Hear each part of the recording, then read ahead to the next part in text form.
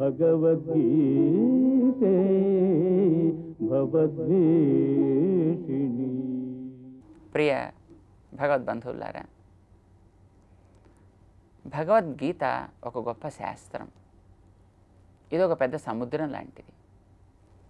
దీని లోలోపల అంచుల్లోకి మనం ఎంతెంత పోగలిగితే అన్నన్ని అద్భుతమైనటువంటి గహనమైన విషయాలు మనకి గోచరిస్తూ ఉంటాయి. మన ఆచార్యులు, పెద్దలు, జ్ఞానులు అయినటువంటి మహానుభావులు వారు లోపలి అంచుల్లోకి వెళ్ళి ఎన్నో మహత్తరమైనటువంటి విషయాల్ని తమ వ్యాఖ్యల ద్వారా మనకి ప్రసాదించారు. అన్నిటినీ మనం ఎట్లాగూ తెలుసుకోలేం, కానీ మనకి అవసరమైనవి, మన బుద్ధిలోకి ధరించగలిగినవి కొన్నిటిని మాత్రం మనం తెలుసుకునే ప్రయత్నం చేయడంలో దోషమేం లేదు. 4వ అధ్యాయంలో భగవంతుడు అవతార రహస్య జ్ఞానాన్ని చెప్పి తత్ఫలితాన్ని అందించాడు. జన్మ కర్మచ మే దివ్యం అనే శ్లోకంలో.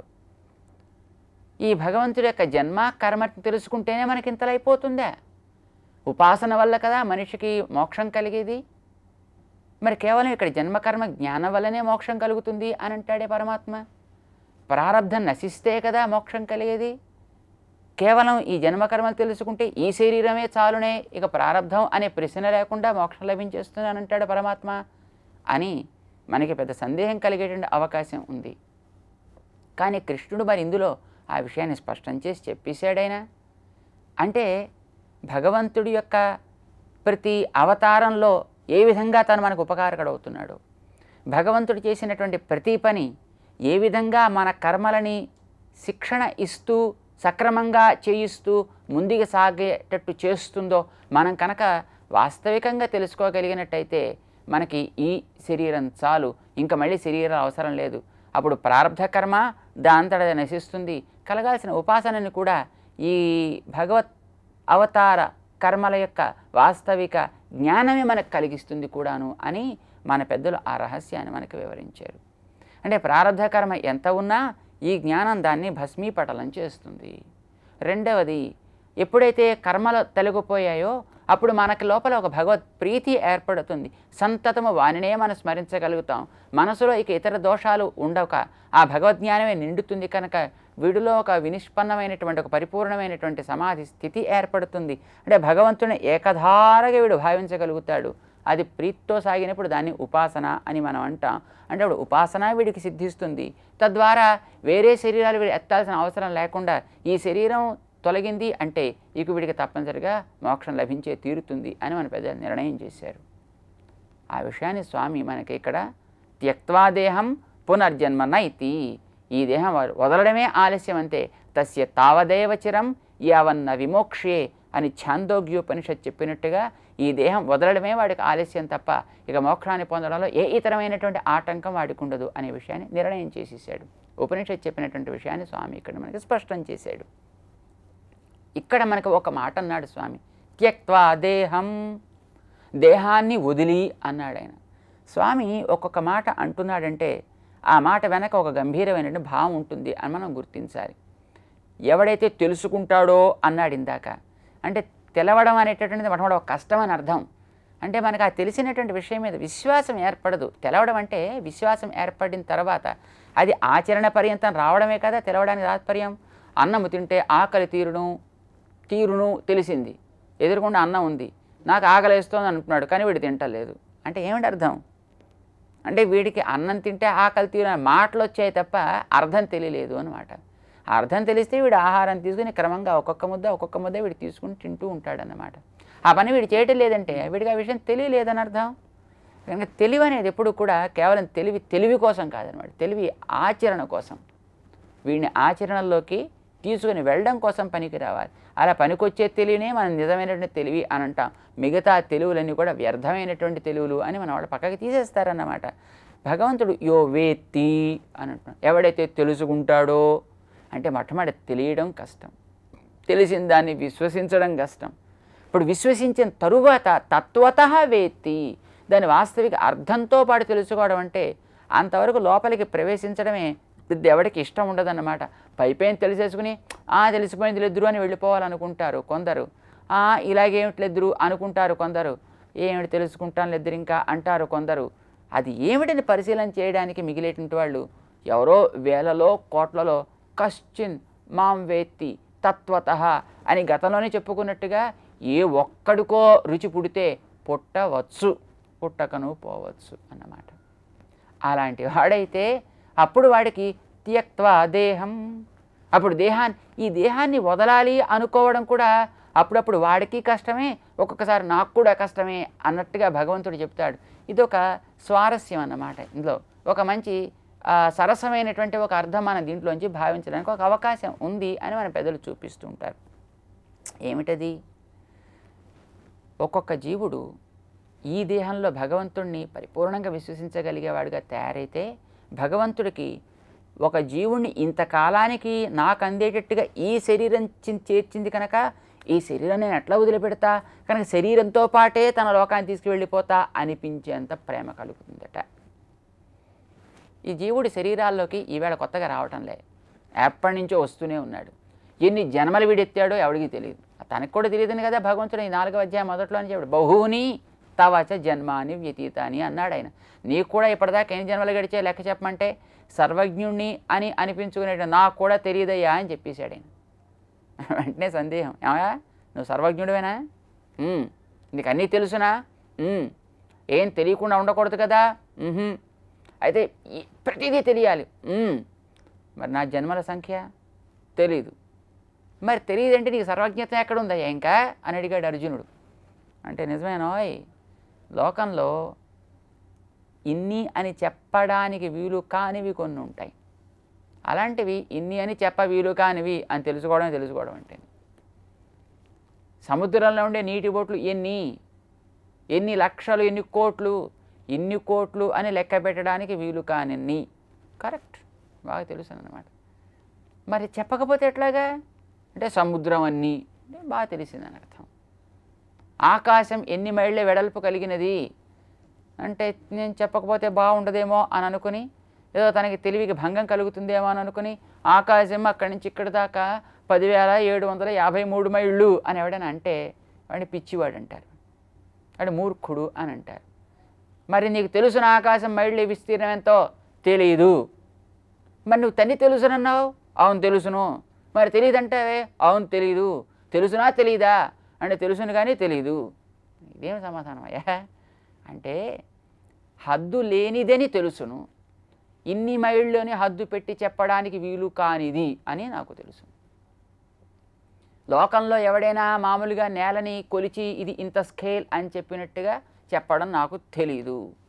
కానీ ఆకాశం ఎంత పెద్దది, ఆకాశం అంతా కరెక్ట్. ఇన్ని మైళ్ళని చెప్పడానికి వీలు కానంత కరెక్ట్. సముద్రంలో నీటి బొట్లు ఇన్ని అని లెక్క పెట్టి చెప్పడానికి వీలు కానన్ని కరెక్ట్. అవి సముద్రం అన్నీ కరెక్ట్. అంటే కొన్ని అంకె పెట్టి చెప్పడానికి వీలు కానివి అలా తెలుసుకోవడమే తెలివంటే. అలాగే అర్జున, నీ జన్మలు కూడా ఇప్పటిదాకా ఎన్ని ఎత్తావు? బహూని, చాలా చాలా అన్నం తప్ప అంతకంటే ఇంకేం అనడానికి వీలు లేదనమాట. పల అంటారు మన ఆళ్వార్లు ద్రావిడంలో అరవలు. భగవద్ ఆభరణాల గురించి వారు చెప్తూ అంటారన్నమాట. పలపలవే ఆభరణం, పలపలవే సోది వడివు పండ్బెన్నిల్. ఆయనకి పేర్లు ఎన్నో చెప్పడానికి వీలేదు, ఆయన రూపాలు ఎన్నో చెప్పడానికి వీలేదు, ఆభరణాలు ఎన్నో చెప్పడానికి, గుణాలు ఎన్నో చెప్పడానికి వీలేదు. మన జన్మల్లాగానే అంటారన్నమాట. అంటే మన జన్మలకి సంఖ్య లేదు అని అర్థం. మరి ఇన్ని జన్మల్లోంచి మనం వస్తున్నాం, కానీ ఎప్పుడు భగవంతుని గుర్తించి ఉండలేదు. ఏదో ఒక జన్మలో భగవంతుని కనుక గుర్తించి ఉన్నట్టయితే మళ్ళీ ఈ జన్మలోకి మనం రావాల్సిన అవసరం ఉండేది కాదు, ఆ జన్మలోంచే తరించి ఉండేవాళ్ళం. మరి ఈ శరీరం కదా మనకి ఆ జ్ఞానం కలగకుండా అడ్డింది. అలాగే ఇంతకాలము జ్ఞానాన్ని భగవంతుడి విషయంలో కలగకుండా అడ్డిన ఈ శరీరమే ఏదో ఒకనాడు భగవంతుడి మీద రుచి కలిగేట్టు చేసిందనుకోండి, ఇక దీని మీద మనకి ఎంత ప్రేమ ఏర్పడుతుంది. మనకు కాదు, భగవంతుడికి దీని మీద ఎంత ప్రేమ ఏర్పడుతుంది. అన్న శరీరమా ఎంత ఉపకారం చేసావే, నా నుంచి నా పిల్లవాడు దూరం అయిపోతుంటే దూరం కాకుండా నువ్వు ఒక్కసారి వాడిని ఆపి నా దగ్గరికి వచ్చేటట్టుగా నువ్వు అంగీకరించి అనుకూలించి నా వైపు వాడిని తిప్పి నా దగ్గరికి చేర్చావే, థ్యాంక్స్ శరీరమా అంటూ భగవంతుడు ఆ శరీరానికే బోల్డ్ థ్యాంక్స్ చెప్పుకుంటూనే ఉంటాడన్నమాట. ఎందుకంటే మనందరినీ తన సంతానం అని కదా భగవంతుడు భావిస్తాడు. మనమంతా ఆయన దూరం అయిపోతున్నాం శరీరాన్ని పట్టుకొని. ఈ శరీరం తన వైపు లాక్కుపోతోంది. ఏదో ఒక శరీరం తన వైపు లాక్కు వెళ్ళకుండా వెనక్కి తిప్పి కనుక ఆయన వైపు తిప్పితే ఆ శరీరం మీద ఆయనకి పరిపూర్ణ కృతజ్ఞత ఉంటుంది. అలాంటి ఒక మహానుభావుణ్ణి ఈ కలియుగ ఆరంభంలో అంటే సుమారు 5,000 సంవత్సరాల క్రితం భగవంతుడు చూశాడు. ఆయననే నమ్మాళ్వార్ అని అంటారు, ఆయనే శఠకోపులు అని అంటారు. ఆ శఠకోపులు జన్మ ఎత్తింది లగాయితూ కేవలం భగవంతుడి నామం తప్ప, ఆయన రూపాన్ని భావించడం తప్ప, ఆయన గుణాలని పానం చేయడం తప్ప వేరొకటి ఏమీ తీసుకోలేదట. చివరికి ఆయన పుట్టిన వెంటనే తల్లి స్తన్యాన్ని కూడా తాను రుచి చూడలేదు అని మనకి ఆ చరిత్ర చెబుతోంది. ఇలాంటి పిల్లవాడు ఏం పిల్లవాడు కనుక, ఎద్దుగుమనికి వస్తాడు పిల్లవాడిని ఇంట్లో పెట్టుకొని మనం ఏం చేస్తాం కనుక అని తీసుకువెళ్ళి నేరుగా ఆలయంలో ఓ చెట్టు కింద పెట్టేసి శుభ్రంగా తల్లిదండ్రులు మళ్ళీ వారి యొక్క లౌకిక జీవితంలోకి వెళ్ళిపోయారు. ఆశ్చర్యం, ఆ పిల్లవాడు చెట్టు కింద అట్లా కూర్చుని పెరుగుతున్నాడు. తల్లిపాలు లేవు, ఆహారం లేదు వేరే, కానీ పెరుగుతున్నాడు. అలాగే సుమారు 16 ఏళ్ల కాలం పెరిగేట. ఆ 16 ఏళ్ళ లోపల భగవంతుని గురించి అనుభవం సాగిస్తూనే ఉన్నాడు, అనవరతంగా, ఏకధారగా, అవిచ్ఛిన్నంగా. 16 ఏళ్ల తర్వాత మధురకవి అనే ఒక మహానుభావులు వచ్చి అసలు ఏమిటిది అని తెలుసుకుందాం పెద్ద శబ్దం చేస్తే కళ్ళు తెరిచాడు. అమ్మో వింటున్నాడు కనుక అని ప్రశ్న వేస్తే సమాధానం చెప్పాడు. అంటే ఆయన లౌకిక ప్రవృత్తిలోకి మళ్ళీ ఆయన తీసుకురాగానే లోపలుండే భగవద్ అనుభవాన్ని అంతటిని కూడా ఏకధారగా పరివాహంగా ఆయన అందించారు. అవే దివ్య ప్రబంధాలు అయ్యాయి అని అంటుంటారు. అవన్నీ కూడా ద్రవిడ భాషలో ఉంటాయన్నమాట.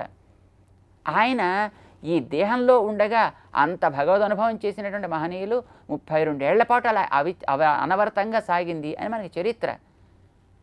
అప్పుడు భగవంతుడికి అమ్మో ఇంత వాళ్ళని, ఆయనకి తిండి నేనే, నీరు నేనే, విలాసము నేనే, అన్నీ నేనే, ఇలాంటి వాడు ఒక్కడ దొరికితే చాలును అని నేను ఎన్ని యుగ యుగాలుగా నేను ఎదురు చూస్తున్నా. ఈయన దొరికాడే, ఈయన దొరకడం కాదు, ఆయన దొరికేట్టు ఆ శరీరం కదా నాకు అంగీకరించింది కనుక ఈ శరీరంతో పాటు ఆయన జాగ్రత్త తీసుకెళ్ళిపోతా అని ఎన్నో రకాలుగా భగవంతుడు ప్రయత్నం చేసినట్టు ఆయనే ప్రబంధాల్లోనే మనకి తెలుస్తూ ఉంటుంది. చివరికి ఆ ఆళ్వార్ బాధ వేసి అమ్మో భగవన్ నీకు తెలియదయ్యా ఈ ప్రకృతి యొక్క ప్రభావం, ఈ శరీరం యొక్క దౌర్జన్యమును ఎంతకాలం ఇది ముంచింది, అనుకూలంగా ఉన్నట్టు ఇప్పుడు అనిపిస్తున్నప్పటికీ కూడా రేపొద్దున మళ్ళీ ఎప్పుడో ఒకనాడు ముంచెత్తచ్చు కనుక దీన్ని తీసుకువెడతాను అని అనకు, నువ్వు ఏంటో ప్రేమ చేత పిచ్చివాడు అయిపోతున్నావు, శరీరాన్ని వదిలిపెట్టి నన్ను మాత్రమే తీసుకెళ్ళాలి, జీవుని మాత్రమే దేహంలోంచి, ఇదే ఉపనిషత్తులు చెబుతున్నాయి కనుక ఈ దేహాన్ని తీసుకువెళ్ళొద్దు కానీ భగవంతుడు వదిలిపెట్టాడు. మంగవొట్టు అంటూ ఇగో నన్ను కనుక ఈ శరీరంతో పాటు తీసుకెళ్ళావా, నా మీద ఒట్టు, అమ్మ మీద ఒట్టు అంటూ ఆయన ఎన్నో ఒట్లు పెట్టుకుంటే అప్పటికి భగవంతుడు కాస్త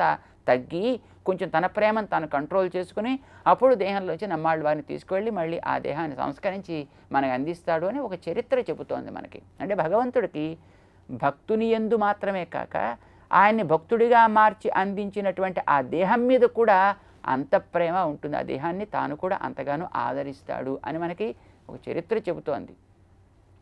కానీ తానే ఇప్పుడు తత్వాన్ని చెబుతున్నాడు కనుక త్యక్త్వా దేహం, ఈ పాంచభౌతికమైనటువంటి శరీరాన్ని వదలాలి.